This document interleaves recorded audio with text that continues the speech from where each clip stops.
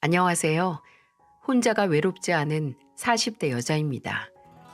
제가 좋아하는 작가가 외로운 사람을 바짝 마른 흙에 비교를 한 적이 있어요. 물기 한 점 없는 마른 땅일수록 물 한 방울만 떨어져도 무섭게 그 물을 흡수한다고요. 그리고 힘들고 외로운 사람일수록 사소한 친절과 배려에도 감동해서 그 의미를 확대해서 크게 받아들일 수 있다고 하더군요.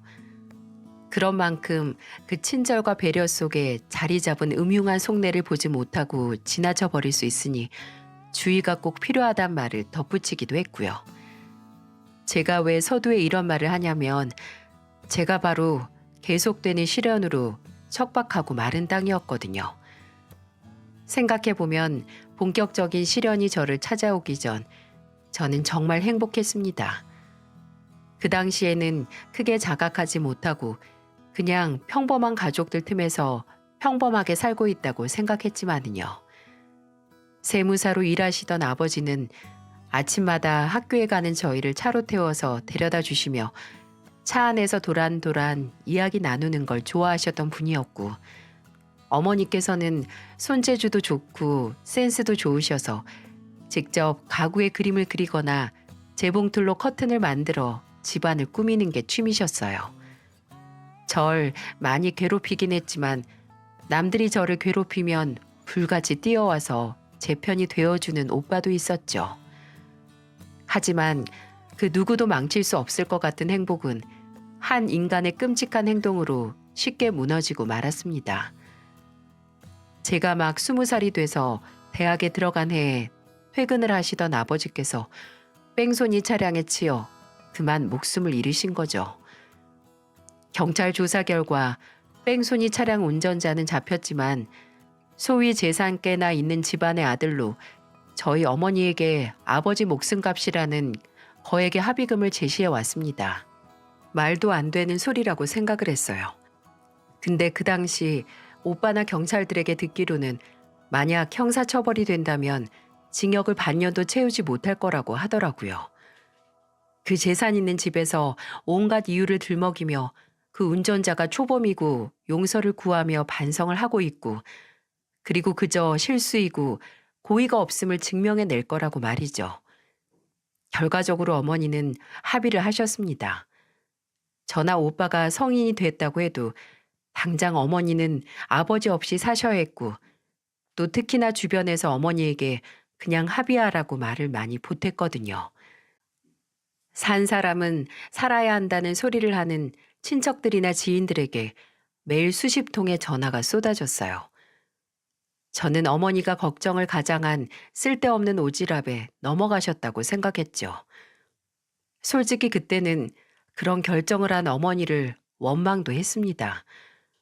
어른이긴 했어도 이제 막 20살이 된 어린 저에게는 용납할 수 없는 일이라고 생각을 했어요. 근데 저도 나이가 더 들고 살면서 때때로는 어느 정도의 타협과 합의가 필요하다는 걸 알게 됐고, 또 아마 저희 아버지께서는 저희 가족이 아버지를 해한 그 인간의 처벌을 이를 부득부득 갈며 기다리면서 시간을 낭비하는 걸 원치 않으셨을 것 같더라고요. 남은 가족들끼리 일상을 회복하고 떠난 아버지 몫까지 더 행복하게 살기 위해 노력을 했어요. 저는 취업 후 2번의 이직 끝에 원하던 광고회사에 자리를 잡게 됐고, 그곳에서 남편을 만났습니다. 남편은 외국계 자동차 회사의 영업사원이었어요. 남편의 회사 지점에서만 이벤트성으로 영업 지원들을 소개하는 팜플렛 제작을 하게 됐고, 그걸 저희 회사에 맡겼거든요. 그중 소위 간판 영업사원이 있었는데 그 사람이 바로 남편이었습니다. 서글서글한 호감형 외모에 특히나 미소가 참 시원스러웠고, 아무래도 영업을 하는 사람이라서 그런지 말을 어찌나 잘하는지 아마 남편의 첫인상을 보고 호감을 느끼지 않는 사람은 거의 없었을 거예요. 일적으로 만난 사이지만 일이 끝나갈 때쯤 저희는 서로의 연락처를 알게 됐고, 그 후로 가까워져서 연인이 될 수 있었어요. 남편과의 연애는 심심할 틈이 없이 즐겁기만 했고, 저희는 연애 2년 차에 결혼을 약속했어요. 남편의 가족은 남편이 군대 갔을 때쯤 부모님이 이혼을 하셔서 아버지는 아예 연락이 끊겼고 어머니와 형, 그리고 남편 이렇게 세 식구였거든요. 그러니 저희 가족과는 어느 정도 동병상련의 감정이 있었기에 조금은 편하게 다가갈 수 있었어요. 근데 결코 쉽지만은 않더라고요. 그 당시 시어머니가 뭐 너무 경우가 없거나 엄하거나 했던 게 아니라 좀 자식 자랑을 과도하게 하셨어요. 그러니 그 대상은 둘째 아들인 남편이 아니라 둘째 아들인 아주버님이었고요. 아주버님은 내과 의사였는데 벌써 감이 오시죠? 정말 숨쉬듯이 의사 아들을 자랑하셨어요. 자식 자랑이 뭐 범죄도 아니고 자식이 내놓으라 하는 좋은 직업 갖고 있으면 부모 입장에서는 뿌듯하고 여기저기 자랑도 하고 싶고 그런 거긴 하지만 문제는 그 자랑이 너무 맥락도 없고 뜬금도 없다는 거였습니다. 시어머니하고 장을 한번 보러 시장에 가잖아요. 그럼 정말 물건을 살 게 없어도 강제로 가게에 들어가거나 노점상 앞으로 갈 수밖에 없었어요. 일종의 취미나 다름이 없었습니다. 어머, 자두가 나왔네. 우리 장남이 참 좋아하는데 병원으로 보내줄까? 네? 아유, 아픈 게 아니고 의사예요, 의사. 어떤 식인지 아시겠나요? 여기저기서 온갖 물건이나 음식을 들어 보이거나 가리키면서 어떻게 해서든 아주버님의 이야기를 엮어서 본인 아들이 의사라는 걸 뽐내고 싶어 하셨습니다. 얼마나 그랬는지 나중에는 시어머니가 지나가기만 해도 분식집 아주머니가 좀 질린다는 얼굴로 아이고 의사 아들 둔 아짐에 또 왔네. 순대는 내장만 먹는 의사 아들 어머니 또 왔어. 라고 하는 걸 저는 똑똑히 들었습니다. 근데 뭐 이 정도는 좀 귀엽다고 느낄 수 있었어요. 얼마나 자랑스럽고 좋으시면 그러실까 하고 그러려니 하고 넘어갈 수 있었죠. 더 큰 문제는 이런 시어머니 옆에 있으면 세뇌가 된다는 겁니다. 제가 결혼을 하고 얻은 최고의 자산이 마치 의사인 아주버님을 뒀다는 것처럼 말하는 시어머니 때문에 어처구니 없었던 적이 한두 번이 아니었어요. 의사 집안에 시집 온 걸 자랑스럽게 여겨라. 나중에 애 낳으면 꼭 의사 시켜라 등등 마치 세뇌를 하듯 제 머릿속에 의사 아주버님에 대한 찬양을 읊었습니다. 그래도 이때까지만 하더라도 이 외적인 거로는 또 크게 문제는 없었어요. 남편과 제가 신혼집을 구할 때 형편이 넉넉지 못한 시댁에서는 큰 도움을 받을 수 없다는 걸 알고 있었거든요. 그래서 저희 어머니께서 절반 내주시고 나머지 절반은 저와 남편이 알아서 했죠. 근데 그게 마음에 걸리셨는지 시어머니는 본인 쌈짓돈 제게 내어주시며 이걸로 냉장고나 세탁기 정도는 살 수 있을 거라고 챙겨주셨어요. 또 제가 결혼하고 몇 달 뒤 임신을 했을 때 바로 온갖 과일을 택배로 붙여주시기도 했고요. 그때까지만 해도 그래도 사람이 나쁜 분은 아니라고 생각을 했습니다. 이게 큰 착각이라는 걸 알게 되기까지 몇 년의 시간이 흘러야 했다는 게 비극 아닌 비극이네요. 하지만 그 당시에는 정말 거짓말처럼 겹경사가 나기도 했어요. 저희의 결혼 후 금방 임신 소식이 들려왔고 제가 출산을 하고 같은 해에 아주버님께서 결혼을 하시고 또 그 다음 해에는 저희 오빠가 결혼을 했어요. 두 집안에 늘 축하할 일만 생겼던 거죠. 그래서 더 기대와 희망에만 적응이 된 걸까요? 아버지 죽음으로 이제 사라졌다고 생각했던 비극은 사라졌던 게 아니라 겨울잠을 자듯 고요히 때를 기다렸던 것 같습니다. 신혼이었던 오빠는 새언니와 시간만 나면 그렇게 어디로든 여행을 갔어요. 오죽하면 저희 어머니께서 부지런히 돌아다니는 오빠와 새언니를 보고 역마살 낀 애들 둘이 만났다고 하실 정도였죠. 근데 둘 다 직장인이라 자주 멀리 가지 못하고 주말마다 드라이브를 가든 캠핑을 가는 걸로 여행에 대한 목마름을 달랬어요. 저랑 남편이랑 부부 동반으로 간 적도 있었고요. 그날도 오빠는 새언니와 캠핑을 떠났습니다. 차에 아끼는 장비들과 맛있는 음식을 가득 챙겨서 떠났죠. 문제는 오빠도 새언니도 다시 영영 돌아오지 못했다는 거였어요. 오빠 새언니는 캠핑 도중 음식을 해먹고 미처 꺼지지 않은 갈탄에서 나온 일산화탄소의 중독으로 눈을 뜨지 못했어요. 억장이 무너졌습니다. 더 속이 터지는 건 캠핑 도중 일산화탄소 중독으로 인한 사고에 대해 부부 동반으로 함께 캠핑을 갔을 때 대화를 나눴다는 거예요. 겨울에 캠핑용 난로에서 가스가 새서 일산화탄소 중독 사고가 일어났다는 얘기를 했었는데 갈탄에서 나온 가스로 오빠 새언니가 이런 사고를 겪다니 현실 같지가 않더라고요. 지독한 악몽을 꾸는 기분이었습니다. 하지만 저는 마냥 오빠를 떠나보냈다는 슬픔에 좌절할 수 없었어요. 어머니께서 아버지를 보내고 아들과 며느리까지 보냈다는 충격에 병원에서도 장례식장에서도 몇 번을 실신하셨거든요. 심지어 전에는 전혀 몰랐던 사실까지 알게 돼서 충격이 이만저만이 아니었죠. 병원에서 새언니가 임신 중이었다고 하더군요. 임신 7주 차라고요.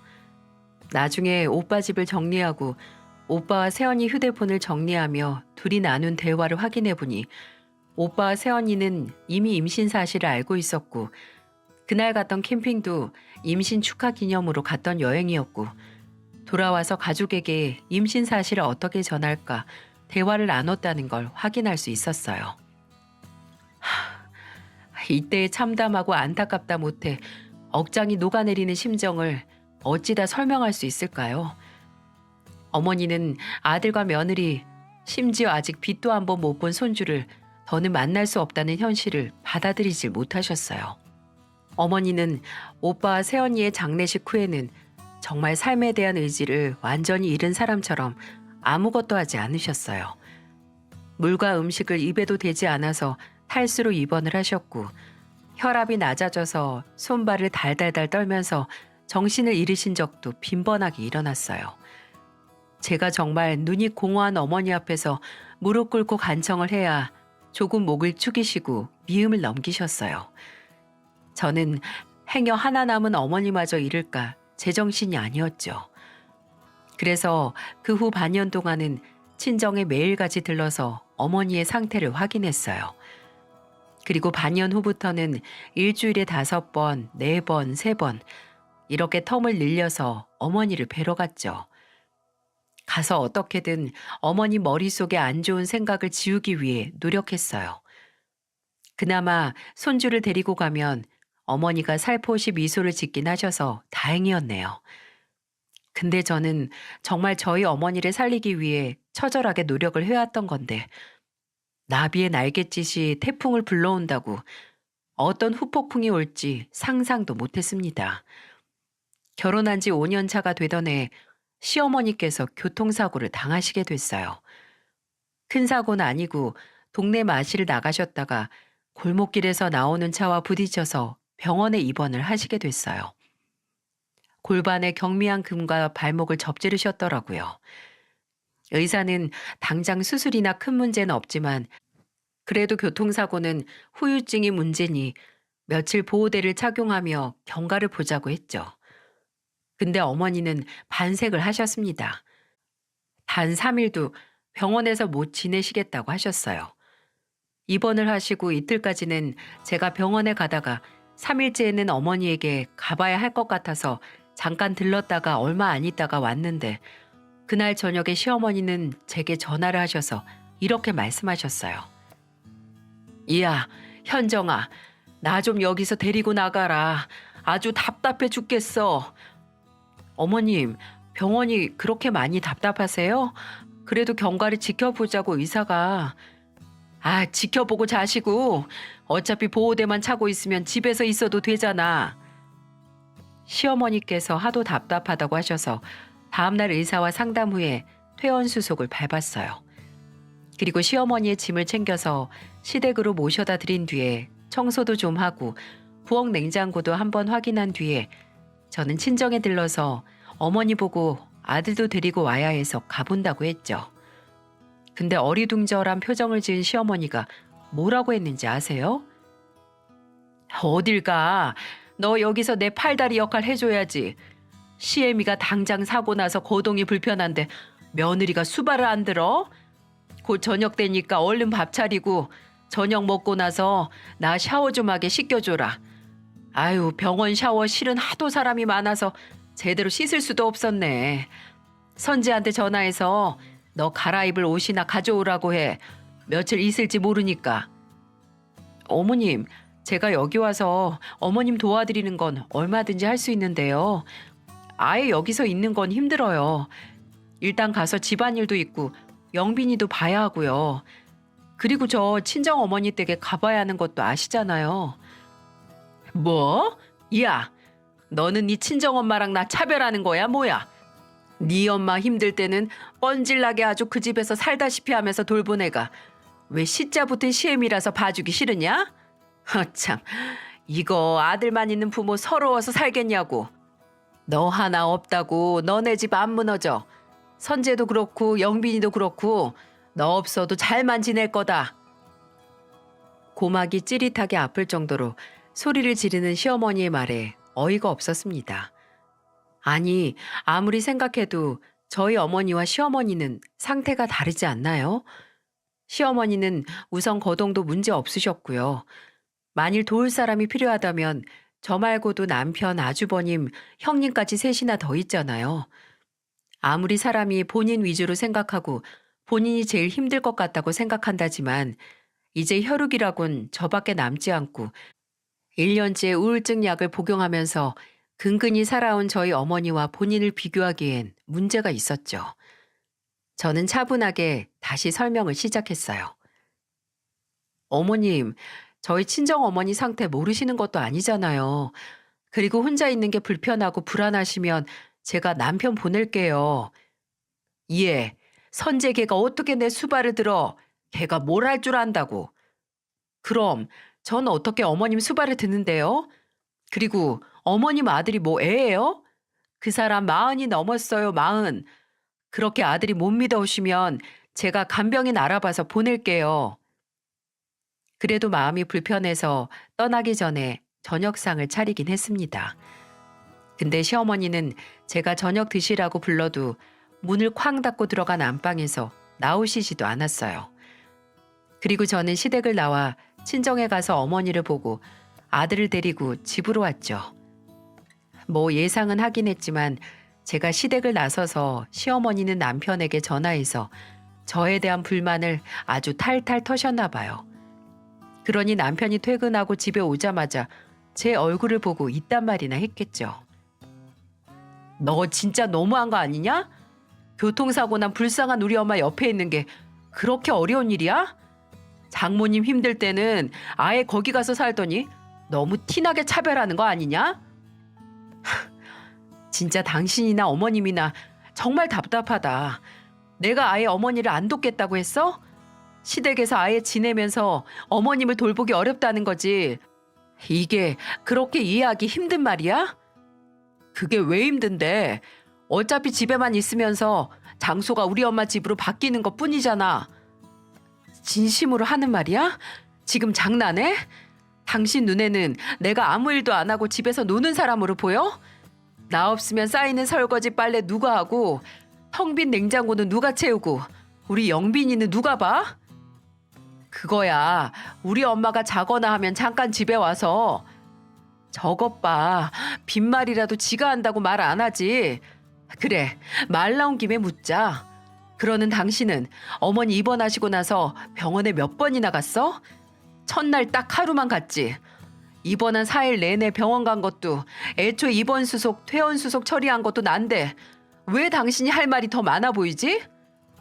아이, 나야 일 때문에 바쁘잖아. 가고 싶어도 갈 시간이 없지. 그리고 너는 내가 너랑 영빈이 먹여 살리려고 밖에서 일하는 건 생각 안 하냐? 내가 그런 것까지 신경을 써야 하냐고.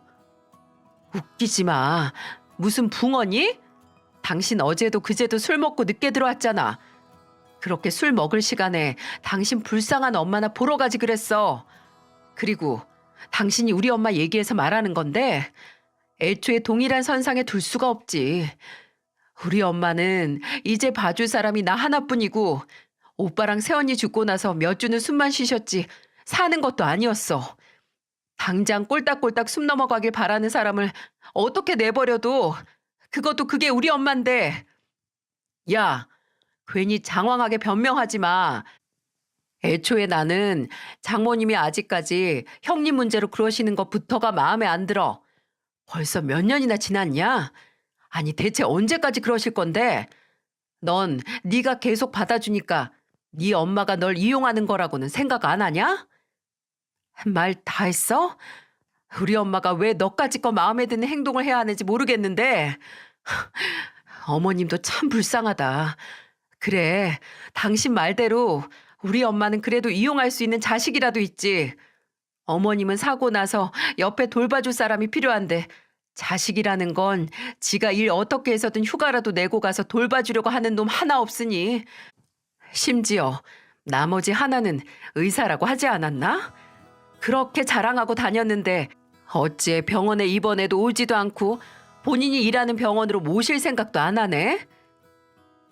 제 말에 얼굴이 울그락불그락 하다 못해 거의 팥죽색처럼 변한 남편은 지 분에 못 이겨서 주변에 있는 물건을 던지고 부수기 시작했어요. 제게 위협을 주려는 행동이었지만 솔직히 헛웃음도 안 나왔어요. 저는 식탁에 있던 유리컵을 남편 발치로 던졌습니다. 날카로운 파열음이 났고 저는 그 파열음보다도 높게 소리를 질렀어요. 너만 물건 부술 줄 알아? 나도 부술 줄 알아. 어쩌면 물건 말고 다른 거 부술지도 모르고. 부부 싸움이라는 게 다 알다시피 한 가지 주제로 시작을 하면 격가지가 무수하게 돋아 말은 안 했지만 그전부터 서운하고 불만이었던 것들도 줄줄 나오기 시작하잖아요. 며칠 내내 시어머니 간병 문제로 저를 귀찮게 하던 남편이 아예 방법을 바꿔서 저를 감언이설로 설득하려고 하더라고요. 뭐 제가 집안에서 제일 중요한 문제들을 해결하지 않냐, 너밖에 할 사람이 없다라고 하는데 이걸 듣고 제가 기뻐해야 하나요? 근데 문득 이런 생각이 들더라고요. 내가 당신 말대로 집안에서 중요한 문제를 해결하는 사람이면 어떻게 내가 영빈이 낳고 회사 그만두자마자 통장을 가져갔어? 심지어 당신 지금 회사 연차가 몇 년인데 연봉 올랐다는 소리도 나한테 먼저 안 하잖아. 나는 아직 당신하고 연애할 때 연봉만 알아. 그렇습니다. 제가 아이를 낳고 회사를 그만뒀을 때 남편은 생활비 통장을 없애고 아예 본인 월급 통장을 생활비 통장으로 쓰자고 했어요. 그리고 제게는 따로 본인 명의의 신용카드를 줬었죠. 처음에는 별다른 불편도 불만도 없었는데 제가 일단 매년 협상을 하고 단위별로 오르는 남편의 연봉도 알지 못하고 생활비 통장이자 남편의 월급 통장에 얼마가 있다는 것도 모른다는 게 이상하잖아요. 그래서 아예 말 나온 김에 말을 하게 된 거죠. 남편은 제 말에 멈칫하더니 몇 초 말을 못하더군요. 그러다가 갑자기 눈알을 굴리며 질린다는 듯이 말했습니다. 아, 됐다. 내가 너랑 무슨 말을 하냐. 괜히 지 듣기 싫은 소리 하니까 딴소리 나고. 그게 그렇게 불만이면 너도 네 통장 네 카드만 써. 나 신경 안 쓸 테니까. 이보세요. 지금 당신이 무슨 말을 하는지 당신은 이해했어? 괜히 나한테 조금이라도 경제권 주기 싫어서 발악하는 거 다 보여. 너는 네가 가기 싫어서 나한테 미뤘던 네 엄마 간병, 네 돈으로 간병에 쓰면 되겠다. 가정부 불러서 네 빨래, 네 물건 청소, 네 목구멍으로 들어가는 음식 만들어 달라고 하고 넌 퇴근해서 집에 들어와서 누리는 모든 것들이 공짜 같니? 깨끗한 방, 화장실, 식탁 위에 음식들이 그냥 뿅 하고 나타난 것 같아? 네 엄마 나한테 맡기고 싶으면 최소한 네 연봉이라도 까고 말해. 괜히 가정주부들 후려쳐가면서 헛소리하지 말고.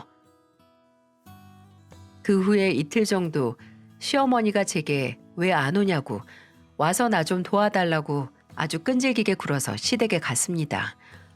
이미 발목도 다 나아서 보호대도 안 하시는 분이 뭘 도와달라고 한 걸까 했는데 목적이 따로 있었더라고요. 너 선재한테 통장 관리 네가 하겠다고 했다며? 저는 우선 오른 연봉부터 말하라고 했는데요. 통장 관리 맡기면 못할 거야 없죠. 예, 너 집에서 애 보고 살림하면 됐지. 뭘 그런 걸 꼬치꼬치 캐물어. 안 그래도 일하느라 힘든 애한테 스트레스나 주고. 고작 그런 걸로 스트레스 받으면 애초에 결혼을 하면 안 됐죠. 또 제가 알기에는 어머님도 별다르게 일하신 적 없다고 들었는데 그럼 어머님은 이혼하기 전 아버님한테 월급이 얼만지 물어보신 적도 없고 통장 관리 같이 하자는 말 한 번도 꺼내본 적 없으세요?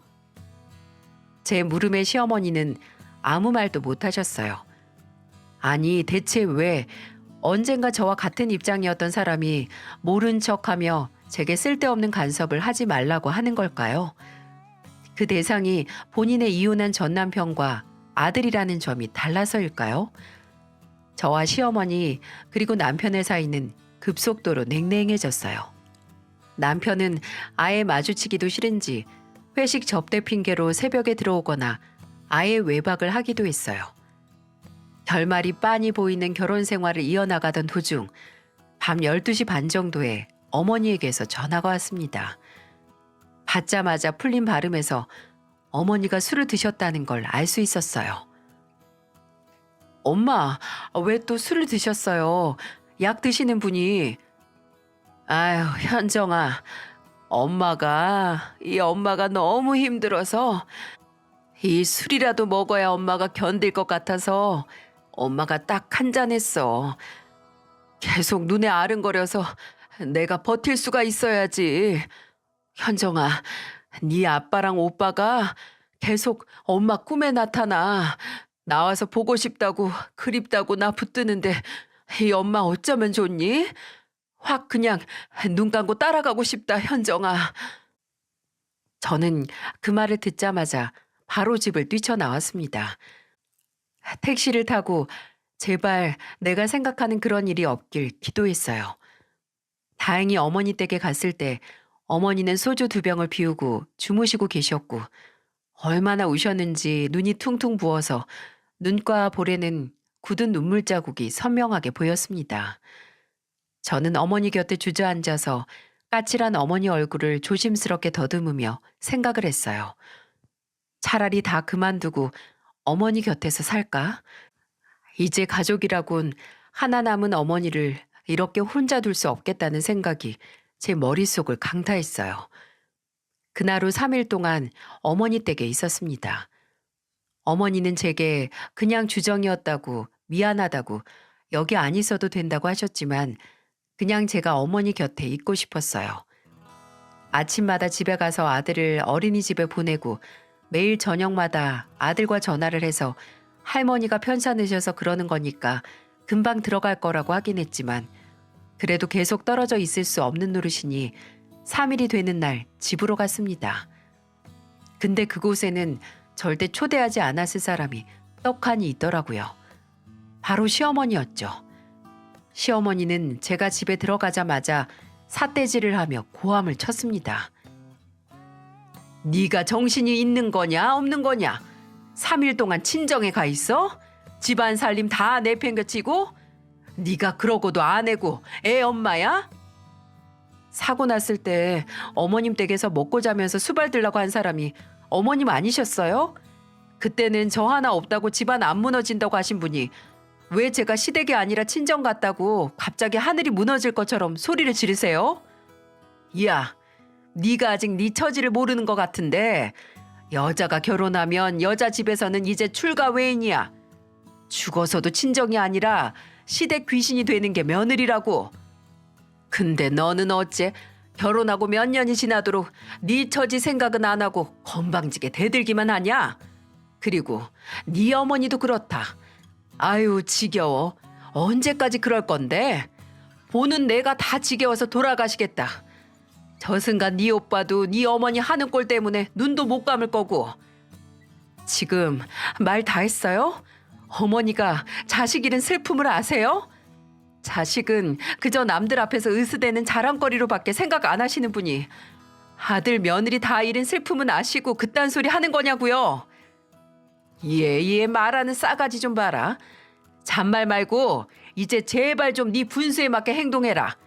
네 처지 파악하고 이제 우리 집 며느리로서 누가 그쪽 집안 며느리예요? 나 이제 그쪽 집안 며느리로 못 살겠어요. 그쪽 아들이랑 이혼할 테니까 나한테 분순이 처지니 이딴 소리 하지 말아요. 알아들어요? 네, 저지르고 말았습니다. 도저히 이렇게는 못 살겠더라고요. 저는 시어머니에게 먼저 남편과의 이혼을 통보했고 그 후 퇴근한 남편에게도 이혼을 요구했어요. 솔직히 저는 제가 그때 이혼 얘기를 꺼내면 남편이나 시어머니나 아이고 누가 떨 줄 알고? 그래 갈라서자 라고 할 줄 알았어요. 워낙 아쉬울 것 없는 인간들처럼 상식 이하의 행동들을 했으니 말이죠. 근데 제가 이혼 얘기를 하고 나서 남편은 갑자기 납작 엎드리기 시작했어요. 그리고 저는 그 꼴 보기 싫어서 아이를 데리고 친정으로 갔고요. 그리고 당장 매달리는 남편이나 시어머니보다도 저희 어머니에게 집중을 했어요. 어머니와 긴 대화 끝에 약 복용뿐만이 아니라 상담도 해보고 새로운 사람을 만나서 일상을 회복하는 출구를 함께 찾기로 했어요. 어머니는 상담으로 구성된 심리치료를 시작하셨고 기댈 수 있을 만한 종교도 찾기 시작해서 교회에 나가 사람들을 만나기 시작하셨죠. 물론 그 과정에서 남편이 찾아와서 제발 집에 들어오라고 와서 얘기하자고 붙들기도 했습니다. 나중에는 시어머니까지 와서 사과를 하셨는데 그때까지도 제 마음은 변함이 없었어요. 근데 그 와중에도 전혀 예상치도 못한 인물이 제게 이혼을 다시 생각해 봄을 권했습니다. 바로 저희 어머니셨어요. 어머니는 시어머니가 제게 찾아와서 사과를 하며 꼭 이혼까지 해야겠냐고 말하는 모습을 본 날 저녁 제게 말씀하셨어요. 현정아, 사람 일이라는 게 참 마음처럼 되는 일이 하나도 없더라. 언제 어디서 무슨 일이 일어날지 한치 앞을 모르는 게 인생사지. 저렇게 거의 한 달 동안 와서 사과하고 매달리는 거 보면 지들 잘못 반성도 하고 개선하려는 마음도 있는 것 같은데 어떻게든 바로 잡으려는 사람들한테 기회마저 뺏지는 마렴. 어머니 말씀을 곰곰이 생각해 보다가 저는 남편과 시어머니에게 조건을 걸었어요. 저희 어머니가 받으시는 것처럼 저와 남편 그리고 시어머니까지 모두 가족 상담을 받는다면 이혼을 다시 생각해 보겠다고 말이죠. 됐다, 일 없다, 차라리 이혼하자라고 나올 것 같던 모자는 버선발로 달려와 제게 알겠다고 기꺼이 상담을 받겠다고 하더라고요. 그렇게 저희는 꾸준히 몇 달 동안 상담을 받았습니다. 서로의 존재를 당연시 여기지 않고 기꺼이 내어주는 마음과 상대방의 입장을 고려하는 법을 배웠어요. 남편은 그동안 저라는 존재를 당연시 여기고 무시했던 시간을 보상한다고 하며 저희 어머니와 많은 시간을 보냈습니다. 제게 가장 소중한 사람은 본인에게도 소중하다는 걸 증명하고 싶다며 종종 혼자 친정에 가서 어머니와 식사를 하고 오곤 했어요. 정말 어머니의 말씀처럼 제가 기회를 주니 저와 남편의 휘청거리던 결혼 생활이 개선되는 것만 같았죠. 하지만 안타깝게도 제 사연은 여기서 끝이 아닙니다. 그저 이렇게 단순하고 훈훈하게 끝났으면 좋겠지만 현실은 입체적이다 못해 어마어마한 굴곡이 있기에 발 한 번만 헛디디면 바로 끝이 없는 계단을 구르는 것처럼 몸이 망가지게 되더라고요. 제가 결혼하고 7년이 흐른 해 어머니께서 돌아가셨습니다. 이제야 겨우 사무치는 과거를 가슴에 묻고 본인의 인생을 찾아가시던 어머니는 급성 심근경색으로 쓰러져 병원에서 의식이 돌아오지 않고 그대로 먼저 간 가족들 품으로 가셨어요. 사람들이 저를 향해 손가락질을 했습니다. 저 집안은 전생에 무슨 죄를 지었길래 매년 사람이 죽어나가? 라고 혼자 남은 저를 동정하고 무시하고 무슨 무서운 전염병 환자 보듯 다가오지도 못했습니다. 심지어 친척이라는 사람들도 장례식장에 와서 제게 말도 붙이지 않았어요. 그저 참담한 표정으로 바라볼 뿐이었죠. 정말 이제 나 혼자구나. 아빠도 엄마도 오빠도 다 날 떠났구나 했는데 그때 제 곁에서 힘이 되어줬던 건 바로 제가 한때 먼저 포기했었던 사람들인 남편과 시어머니였습니다. 믿어지시나요? 정말 남보다 못했던 사이였는데 상담 후로는 점점 변해가더니 먹지도 걷지도 못하는 저를 대신해 상주 자리를 지켜주셨던 게 시어머니였고 오는 조문객들을 한 사람 한 사람 챙기며 3일 동안 4시간밖에 못 자던 게 남편입니다.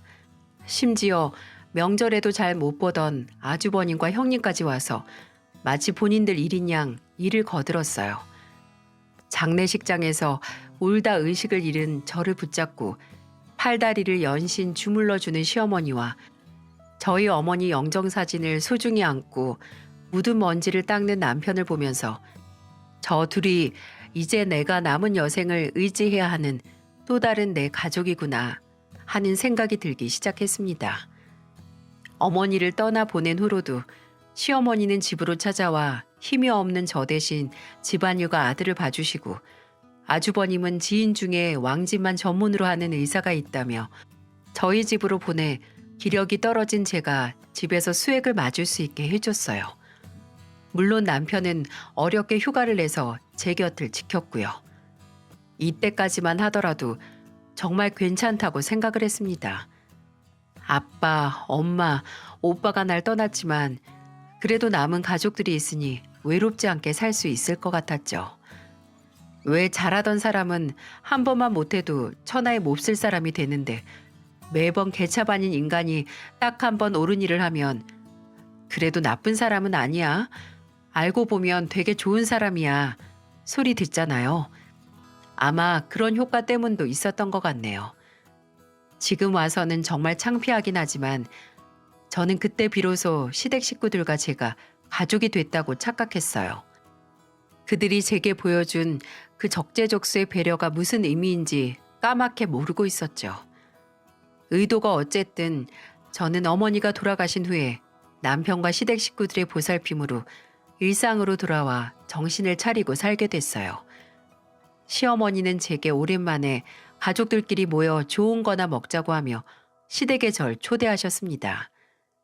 원래는 음식 준비하는 시간보다 더 먼저 저를 불렀을 뿐이 딱 음식이 다 차려지고 식사하는 시간에 절 부르셨더라고요.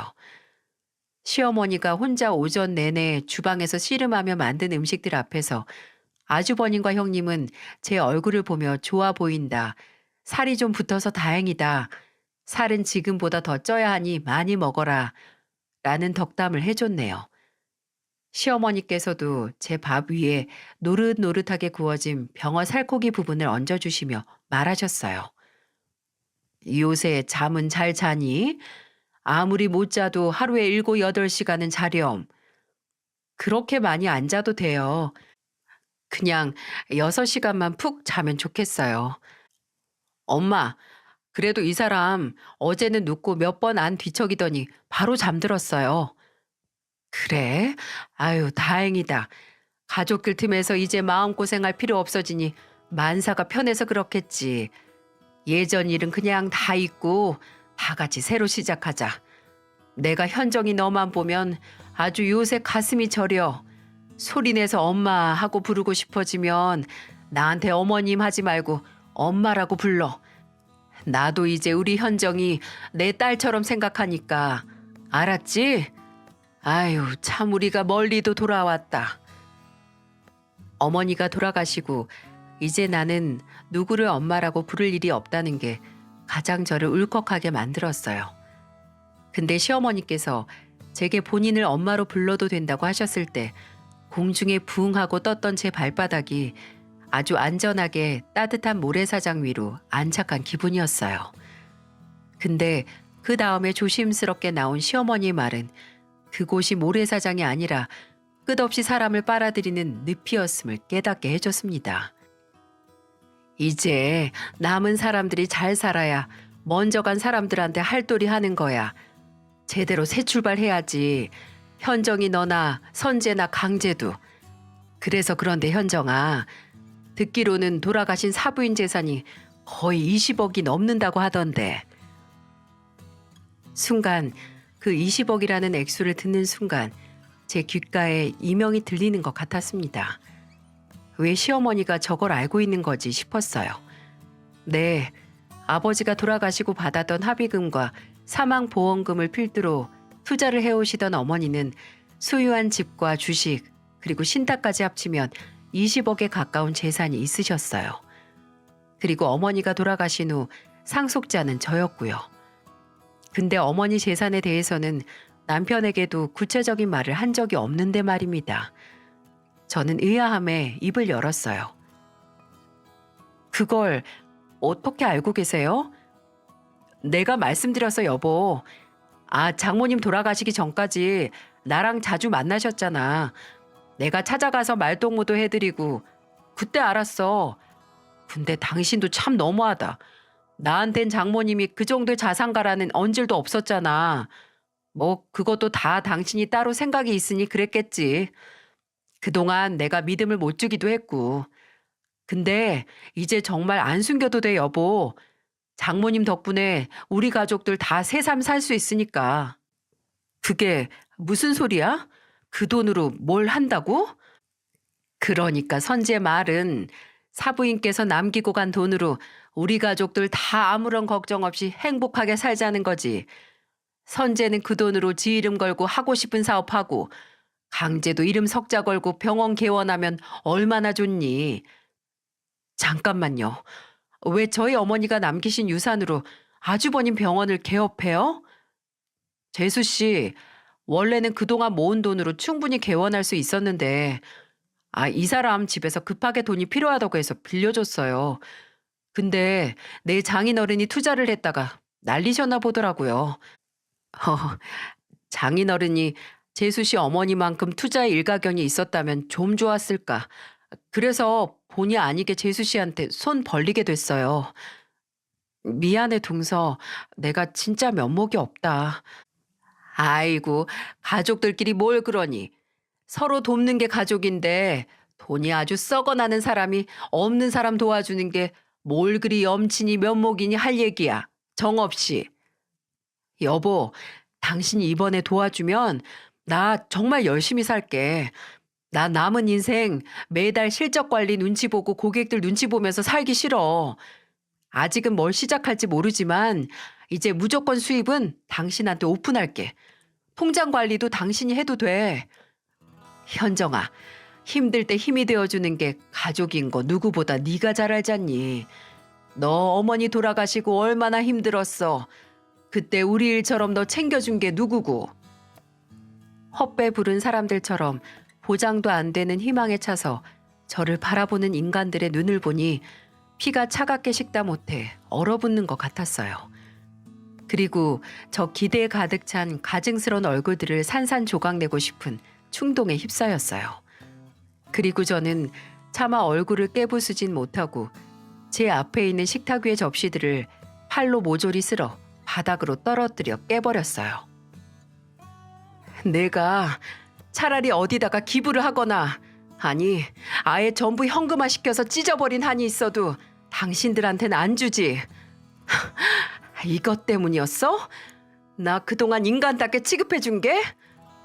여보, 잠깐만. 당신이 오해하는 것 같은데 우리는... 오해는 무슨 오해? 그 말 같지도 않은 소리 하지 마. 내 뒤에서 우리 엄마가 남겨준 유산을 어떻게 나눠 먹을지 속닥거린 주제에 오해는 무슨 오해? 아주 똑같은 것들끼리 김치국물을 장독대 째로 들이마시네. 일 없어. 한순간이라도 당신들 그 알량한 속셈에 마음 녹을 뻔한 내가 한심하다. 그래서 현정이 너 그 돈을 네가 혼자 다 갖겠다고? 가족들 도울 생각도 안 하고? 가족? 언제부터 나랑 댁내들이 가족이었어? 애초에 가족이면 사람이 가장 약하고 위태로울 때를 이용해서 등쳐먹을 생각도 안 했겠지. 우리 엄마는 딸이 이혼하고 힘들까 봐 걱정하셨는데 댁들하고는 이혼을 해서 연을 끊는 게 최선이었네. 네가 정말 혼자 살 수 있을 것 같아? 가까운 가족 하나 없이 기댈 곳 하나 없는 애가 혼자 살겠다고? 아무리 배가 고파도 눈앞에 오물을 주워 먹을 순 없지. 안 그래? 댁들이랑 얼굴 보고 살면서 배부른 돼지로 사느니 차라리 배고픈 소크라테스로 사는 게 100배 나아. 아무리 메마르다 못해 갈라진 흙이라고 해도 떨어지는 구정물을 흡수한다면 그냥 메마른 땅이 아니라 오염된 땅이 되는 거겠죠. 저는 제 외로움을 이용한 인간들과 연을 끊기 위해 이혼 소송을 시작했어요. 예상은 했지만 남편은 본인은 결혼 생활을 유지하기 위해 상담도 받았었고 아무런 유책 사유가 없다고 이혼을 못하겠다며 뻗대더군요. 오히려 변호사를 앞세워서 저를 재산에 눈이 멀어 가족들을 버리는 파렴치한으로 만들려고 작정을 한 사람처럼 나왔습니다. 그러다가 이혼 소송을 진행한 지 넉 달이 되어갈 때쯤 이 인간이 이혼 소송 방어의 방법으로 무슨 주장을 했는지 아시나요? 제가 암에 걸린 불쌍한 남편을 뒷바라지하기 싫어서 이혼 소송을 하는 인간이라고 주장하더군요. 암이라뇨? 저는 도통 금시초문이었죠. 처음에는 와 하다 병에 걸렸다고 거짓말까지 해? 싶었는데 충격적이게도 남편은 정말 이혼 소송 중 받은 건강검진 결과 암 진단을 받았더라고요. 여러분이 생각하기에도 정말 거짓말 같죠? 간암 2기라더군요. 아마 그 인간도 거짓말일 거라고 수천 번 생각했을 겁니다. 근데 그걸 오히려 저를 공격하기 위한 수단으로 쓰다니 참 가지가지한다 싶었죠. 당연히 남편 쪽의 주장은 전혀 효과가 없었어요. 그 인간이 건강검진 받기 전에 이미 저는 이혼 소송을 시작했는데 어떻게 먼저 그 인간이 암인 걸 알 수 있었겠어요? 아무리 저를 흔들어도 제가 미동이 없자 이번에는 아예 감정에 호소를 하기 시작했어요. 변호사가 아닌 제게 직접 접촉을 시도해 오더니 암에 걸린 자신이 불쌍하지도 않냐며 이혼 소송을 물러달라고 부탁을 하더군요. 당신은 정말 내가 불쌍하지도 않아? 내가 암에 왜 걸렸는데 다 당신이랑 영빈이랑 어떻게든 행복하게 살려고 돈 벌면서 힘들어서 술 먹고 담배 피우다가 이렇게 된 거잖아. 당신은 내 몸 상태에 대해서 책임감도 못 느껴? 그러니까 제발 다시 생각해봐. 어? 너는 나한테 책임감 느껴서 집에서 살림한다고 무시하고 돈 못 번다고 무시하고 월급도 제대로 가져다 주지도 않았냐? 어디서 책임감을 운운하고 있어? 내가 네 목구멍에 술병 꽂아 넣었냐? 내가 네가 네 엄마 사고 났을 때도 보러 갈 생각도 하지 말고 새벽까지 술 퍼마시라고 했어? 다 자업자득이야. 괜한 짓 하지 마. 어차피 항암 치료 받으면서 동시에 나한테 소송으로 탈탈 털려야 할 텐데 힘이라도 비축해 놔야지. 남편뿐만 아니라 시어머니까지 제게 연락을 했어요. 남편처럼 분명 제 마음을 돌리기 위해서 한 말인데 오히려 더 제 분노를 샀죠. 현정아, 불쌍한 내 아들 좀 살려주라. 선재 걔가 어떻게 혼자 병원 다니고 치료받으면서 이혼까지 해. 그래도 마누라라도 있어야 간병을 받든 뭘 하든 하지. 너 없으면 정말 우리 선재 큰일 난다. 왜 옆에 아무도 없어요? 지 엄마가 떡하니 있는데. 혹시 아픈 아들 간병하기 싫어서 나한테 떠넘기려고 하시는 거 아니죠? 모전 자전이라더니 아들도 아픈 지 엄마 건사하기 싫어서 아내한테 떠넘기고 엄마라는 사람도 며느리한테 떠넘기려고 하네요. 나는 일 없으니까 앞으로 힘내서 아픈 아들 간호하세요. 끝내 남편은 이혼 소송하는 과정에서 간 절제 수술과 항암 치료까지 병행해야 했고 아무리 생각해도 자신이 없었는지 제 쪽으로 합의 이혼을 하자는 제안을 해왔어요. 마음 같아선 영혼까지 탈탈 털고 싶었지만 어차피 그 인간이 제게 가져갈 것도 없었고 단독 양육권도 제가 갖게 됐으니 미련 없이 합의를 해줬습니다. 이혼 서류에 도장이 마르기도 전에 저는 살던 집을 처분하고 다른 지역으로 이사를 갔어요. 이제 정말 연고도 없이 외딴 섬 같은 존재가 됐지만 후회도 미련도 없습니다. 처음에는 제 이혼 때문에 아들에게 상처를 주는 건 아닐까 두려움에 떨었어요. 이제 초등학교 입학을 앞둔 애를 이사까지 가게 했으니 마음의 부채감이 더욱더 커졌죠. 근데 대체 누구 닮아서 이런 건지 아들은 혹시 아빠가 보고 싶지 않냐는 제 물음에 이렇게 대답을 하더라고요. 모르겠어요. 근데 안 봐도 돼요. 아빠 만나면 엄마가 슬퍼하니까. 아빠랑 할머니가 엄마 많이 울렸으니까 안 봐도 돼요. 아빠 안 만나면 엄마도 안 울고 저랑 같이 행복할 테니까 괜찮아요. 이래서 부모가 되면 죄인이 된다고 하나 봅니다. 내 행동 하나하나가 자식에게 부수적인 피해를 줄 수밖에 없으니 말이죠. 하지만 그렇다고 죄책감만 느끼는 게 아니라 어떻게 내 실수로 인한 것들을 아들에게 만회를 할 수 있는지 고민을 해야겠죠. 늘 제게 효도하겠다는 말을 달고 사는 아들에게 저 또한 아들을 늘 행복하다고 느낄 수 있게끔 최선의 노력을 해야겠습니다. 제 메마른 땅에 한 줄기 햇살이자 시원한 담비이자 든든한 양분이 되어주는 건 바로 제 아들이었습니다. 아들의 존재 덕분에 모든 걸 잃었던 것 같은 땅에 희망이라는 꽃이 피게 됐어요. 부디 본인 스스로 메마른 땅 같다고 생각되는 분들이 계시다면 당장 그 마른 땅에 목을 축이기 위해 아무거나 흡수하지 않길 바랍니다. 그 물이 정말 내게 필요한 담비일지 아니면 산성비일지 먼저 판단하시길 바래요. 이야기를 들어주신 분들과 제가 제 이야기를 할 수 있는 기회를 마련해준 채널에도 감사드립니다. 여러분 모두의 인생에 단비가 내리길 바랍니다.